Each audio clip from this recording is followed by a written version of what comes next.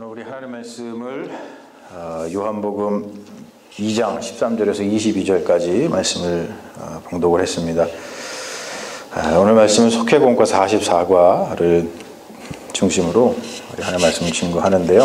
오늘 말씀 제목은 열심히 하면 죽는다입니다. 열심히 하면 죽는다. 오늘 본문은 우리가 소위 성전 청결 사건이라고 불리는 말씀이죠. 예수님께서 성전에서 성전을 이렇게 청결하게 이렇게 하시는 그런 사건입니다. 어떤 사람은 이 사건을 통해서 예수님의 성질을 말하기도 해요. 그러니까 예수님도 성전을 정화하기 위해서 성질을 부렸다는 것이죠. 그래서 자기 막 성질을 부리는 것을 이 말씀을 통해서 막 합리화하기도 합니다. 예수님도 성질을 부렸는데 나도 성질 못 부르냐? 막 그러면서 하는데 좀 우스운 일이죠. 본문에 등장하는 성전은 이제 헤롯 성전입니다. 예루살렘의 성전은 유대인들에게 신앙의 심장이었죠. 심장.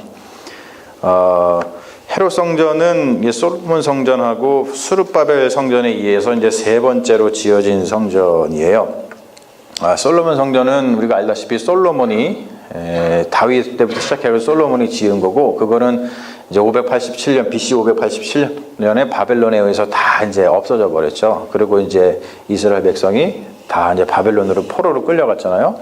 그리고 나가지고 다시 포로에서 귀환해가지고 수르바벨을 중심으로 세워진 그 성전이 굉장히 초라했던 수르바벨 성전이라고 하는 거예요.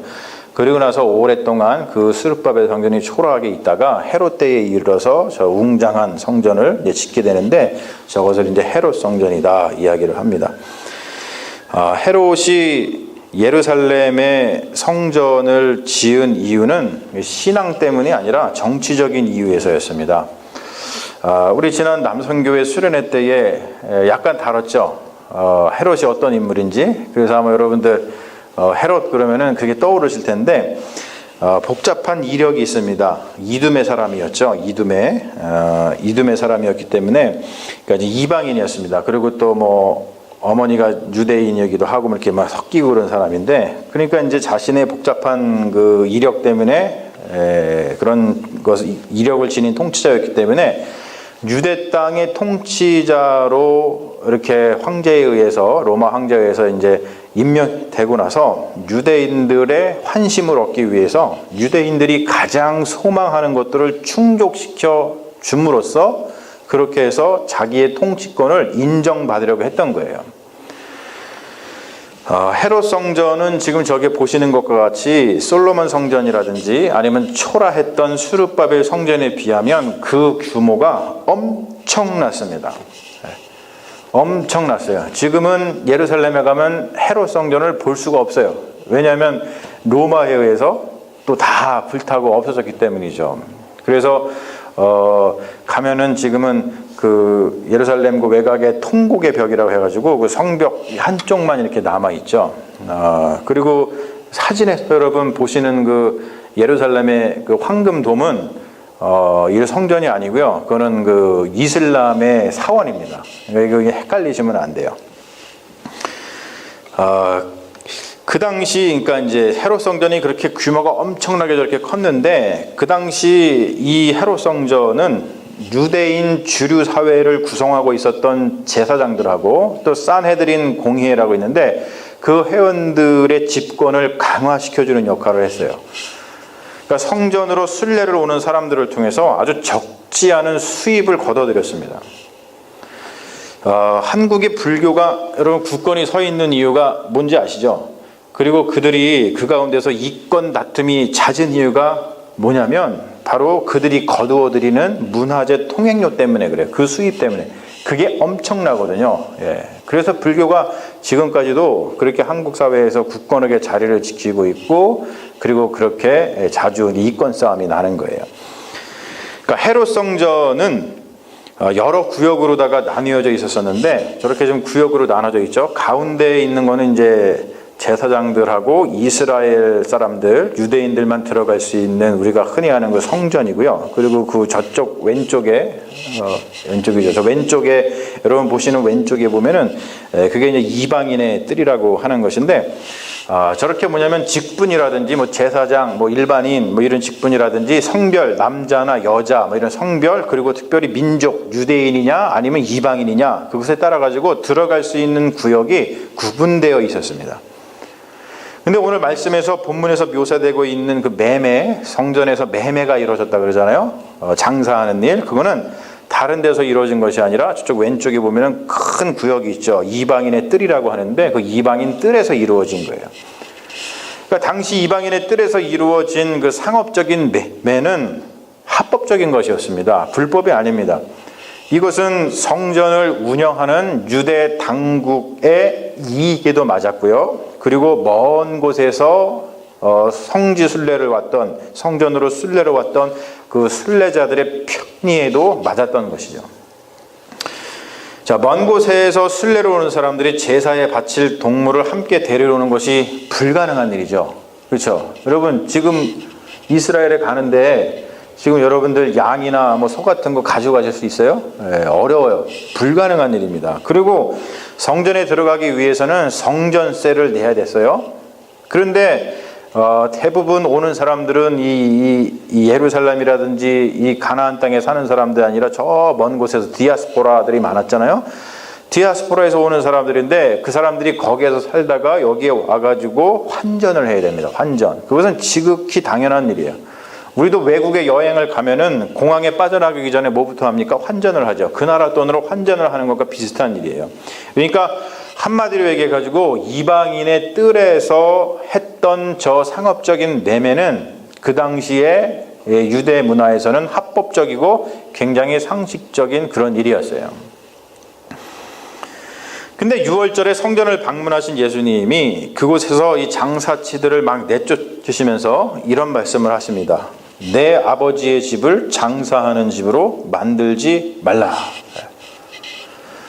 사실 예수님이 하신 말씀은 대개 구약 성경에 나와 있는 말씀을 하시거든요. 근데 이 말씀에 해당하는 그 말씀은 사실 없습니다. 근데 성서학자들이 추정하는 이 말씀에 해당하는 구약의 말씀이 뭐냐면 스가랴서의 말씀인데요. 이런 거예요. 스가랴서 14장 21절 말씀인데 그날에는 만군의 여호와의 전에 가나안 사람이 다시 있지 아니하니라. 여기서 이제 가나안 사람들은 상인들을 가리키는 말입니다. 중요한 것은 뭐냐면 이 성전 청결 사건이 가지고 있는 의미예요. 그 의미와 관련된 구절이 오늘 말씀에 두 개가 나오는데 보시면 이겁니다. 첫 번째는 뭐냐면 주의 전을 사모하는 열심이 나를 삼키리라 라고 하는 구절이고요. 이 구절은 성전 청결 사건을 이제 보는 예수님이 막 성전을 갖다 이렇게 청결하게 하시는 그 사건을 보고서 제자들이 시편 69편 9절에 이 말씀이 시편 69편 9절의 말씀인데 이 말씀을 되돌아봤다, 기억해서 되돌아봤다 이렇게 본문은 전하고 있습니다. 그리고 다른 하나는 뭐냐면 너희가 이 성전을 헐라 내가 사흘 동안 일으키리라 라고 하는 구절인데 제자들이 이 뜻의 의미를 예수님이 부활하신 후에 깨달았다 라고 또 본문은 전하고 있어요. 성전 청결 사건은 옳은 일일까 아니면 옳지 않은 일일까 라고 얘기했을 때에 성전 청결 사건을 감행한 예수님의 행동은 옳았다는 거예요. 시편 69편 9절의 말씀이 그것을 뒷받침해주고 있다는 것이죠. 시편의 이 말씀 주의 전을 사모하는 열심이 나를 삼키리라 라고 하는 이 말씀은 다윗의 탄식입니다. 다윗이 뭐라고 탄식을 하냐면 이 69편이 다윗의 탄식시인데 뭐라고 탄식을 하냐면 하나님을 향한 자신의 열심 때문에 자신이 주변 사람들로부터 핍박을 받는다는 탄식이에요. 기도를 지금 그렇게 하는 거예요. 하나님, 내가 주님께 열심을 다해서 주님을 섬겼는데 그 열심 때문에 주변 사람들로부터 내가 핍박을 받습니다. 그러니 나를 건져 주시옵소서, 구원해 주시옵소서, 이렇게 기도합니다. 여러분, 혹시 여러분 다윗처럼 이렇게 기도해 보신 분, 기도할 때 주님, 내가 주님께 열심을 다해서 주님을 섬겼는데 그것 때문에 내가 지금 핍박을 받고 있으니까 주님 나를 좀 구해 주세요, 이런 기도를 해보신 분, 굉장히 귀한 기도죠. 우리는 기도할 때 이런 기도하지 못하잖아요. 뭔가를 구하는 기도, 뭔가 우리가 잘 됐으면 하는 거, 우리가 소망하는 거, 그런 거 기도하지만 주님 내가 열심을 다해서 했더니 나를 핍박하는데 주님 나를 구원해 주세요, 이런 기도, 이런 탄식을 우리는 잘하지 못한다는 거예요. 그러니까 이거는 굉장한 기도라는 거예요. 굉장한 기도.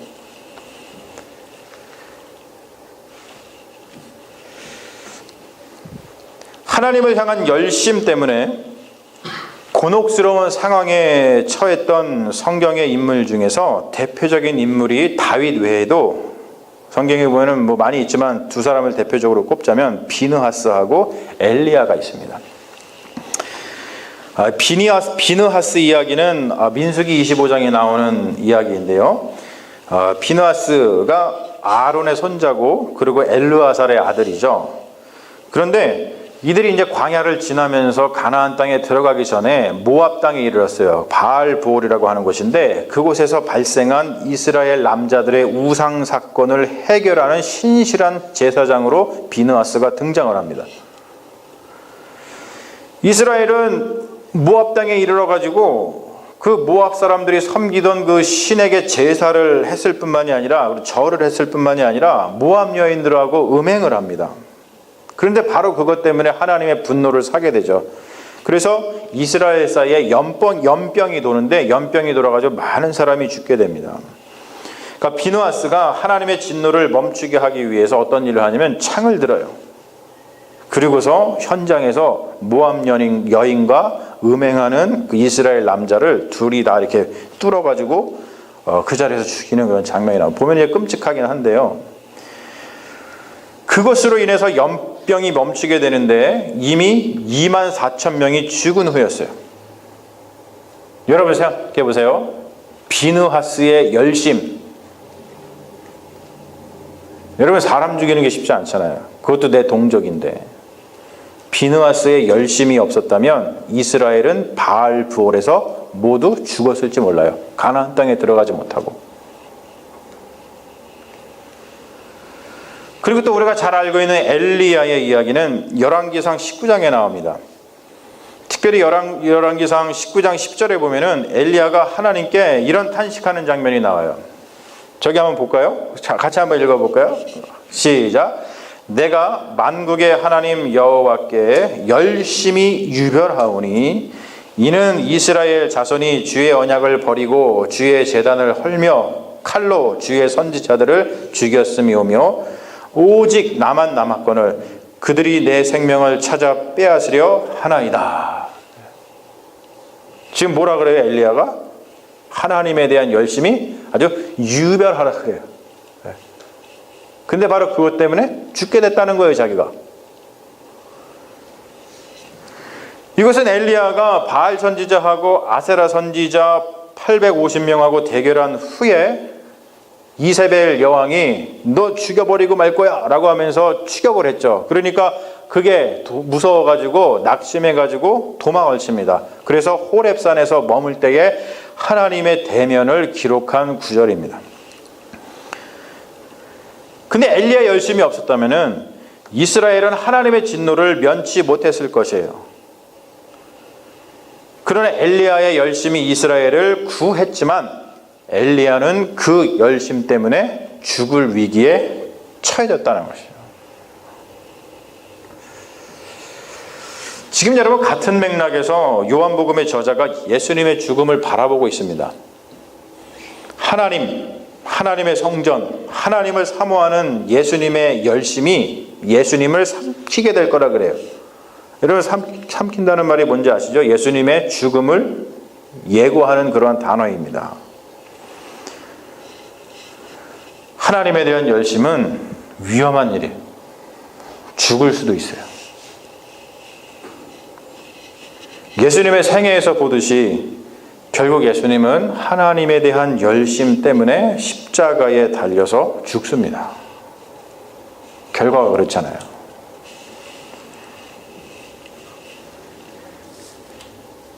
유대 당국자들은 예수님의 행한 성결, 청결 사건을 본 뒤에 예수님에게 와서 그렇게 행하는 표적이 무엇이냐고 묻습니다. 유대 당국자들은 이방인의 뜰에서 합법적이고 합리적으로 이루어지는 그 매매를 예수님이 못마땅하게 여기는 이유를 물으신 거예요. 그리고 그렇게 행하는 것에 대한 권위가 누구로부터 오냐고 묻고 있어요. 근데 이에 대해서 예수님이 이렇게 대답한다는 거죠. 너희가 이 성전을 허물라. 내가 사흘 동안에 일으키리라. 이 말씀을 아무도 깨닫지 못했다 그래요. 아무도 몰랐습니다. 생각을 해보세요. 지금 이 성전이 몇 년 동안? 46년째 지어지고 있는 중이에요. 예수님 이 당시에도 이 헤롯 성전은 완성을 이루지 못했습니다. 나중에 62년에 완성을 이루거든요. 엄청난 시간 동안 지은 성전인데 지금 46년째 지어지고 있는 이 성전을 헐면 3일 만에 다시 짓겠다는 게 무슨 뜻입니까? 무슨 기적을 행하겠다는 것입니까? 그러나 오늘 말씀에 보면은 제자들이 이 말씀이 무엇을 뜻하는지 예수님의 부활 이후에 깨달았다라고 본문은 전하고 있어요. 보시면 이겁니다. 이 성전을 헐라. 내가 사흘 동안에 일으키리라 라고 하는 것의 뜻은 뭐냐면 내 육체를 죽이라. 그러나 나는 사흘 만에 부활할 것이다.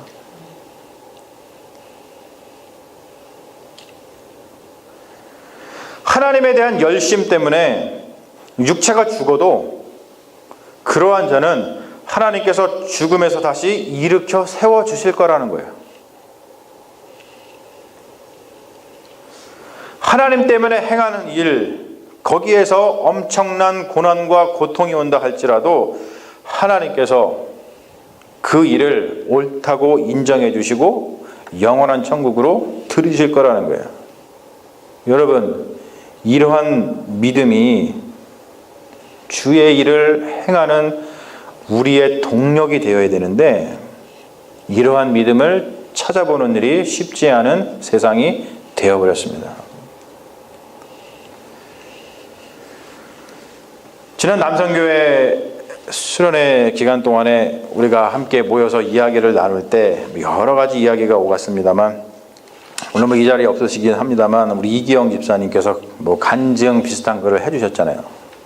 본인이 그냥 교회를 설렁설렁 다니다가 다시 하나님을 열심히 믿게 된 이유가 싱가포르에서 교회를 다니면서 아버지 학교를 갔는데 그 아버지 학교에서 섬겨주는 그 사람들이 자신들의 어떤 직장의 일, 자신들의 여러 가지 일들을 다 내려놓고 섬기기 위해서 그렇게 헌신하는 모습에 감동했다. 그런 말씀을 하셨습니다. 무엇 때문에 자기 손해를 무릅쓰고 봉사를 할까? 무엇 때문에? 여러분, 무엇 때문에 그렇게 했어요? 우리가 그렇게 하는 이유는 우리가 하나님의 일을 하는 그 열심 때문에 우리의 육체가 죽어도 하나님께서 다시 일으켜 세워주실 거라고 하는 그 믿음 외에는 다른 것이 동력이 될 수가 없다는 거예요.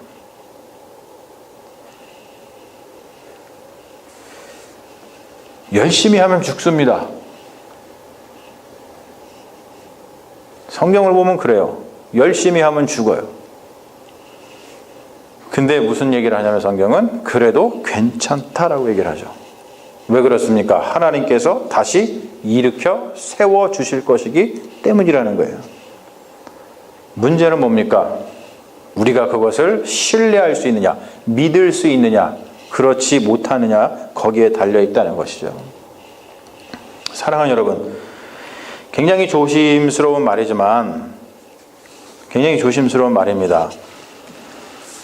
하지만 여러분, 내가 정말로 주를 위해서 열심히 한 것 때문에 무엇인가 손해본 것이 있다면, 뭐 재산의 손실을 받든, 아니면 명예의 훼손이 왔든, 아니면 가족관계가 좀 소원해졌던, 부부관계가 소원해졌던 그런 것이 있다면, 여러분 그것 때문에 두려워하거나 낙심하거나 절망할 필요가 없다는 거예요. 여러분 굉장히 조심스러운 말입니다. 근데 제가 어떠한 말씀을 드리는지 오늘 말씀 쭉 이어져 온 거에 통해서 여러분들이 마음속에 어떠한 깨달음이 있으실 거라고 믿어요. 우리가 그런 것들 때문에 두려워하거나 낙심하거나 절망할 필요가 없다는 거예요. 왜냐하면 주님께서는 반드시 부활의 역사를 우리 삶 가운데 베풀어 주실 것이기 때문이라는 것이죠. 여러분 우리가 이것을 믿지 못한다면 우리가 어떻게 열심을 낼 수 있겠습니까? 우리가 어떻게 열심을 낼 수 있겠어요? 이것을 믿지 못한다면. 이러한 믿음, 이러한 열심이 필요한 시대에 우리는 살고 있습니다. 사랑하는 여러분, 우리가 주님의 몸된 일을 감당할 때에 이 믿음 가운데 거했으면 좋겠어요. 우리에게는 분명히 하나님께서 부활의 역사를 베풀어 주실 거라는 거예요. 그러니 여러분 두려워하지 말고 낙심하지 말고 절망하지 말고 이 말씀을 붙들고서 주님의 일을 열심히 감당하는 믿음의 자녀들 다 되시기를 주님의 이름으로 축원합니다. 아멘. 기도하겠습니다. 주님, 열심히 하면 죽습니다. 그러나 괜찮습니다. 주님께서 고백하고 있듯이 하나님께서 우리를 다시 일으켜 세워주실 것을 믿기 때문입니다. 주님, 이 믿음이 없다면 우리가 어떻게 열심으로 주의 일을 감당하겠습니까? 죽을지도 모르는데. 주님, 우리의 믿음을 다시 한번 돌아보게 하여 주시옵시고 우리가 열심을 내는 이유가 무엇이고 우리가 열심을 내야만 하는 그 이유가 무엇인지를 다시 한번 기억하게 하여 주셔서 우리도 예수님처럼 우리의 구주 예수 그리스도처럼 열심을 내는 믿음의 자녀가 다 될 수 있도록 역사하여 주시옵소서. 감사드리며 예수님의 이름으로 기도합니다. 아멘. 주여 믿습니다.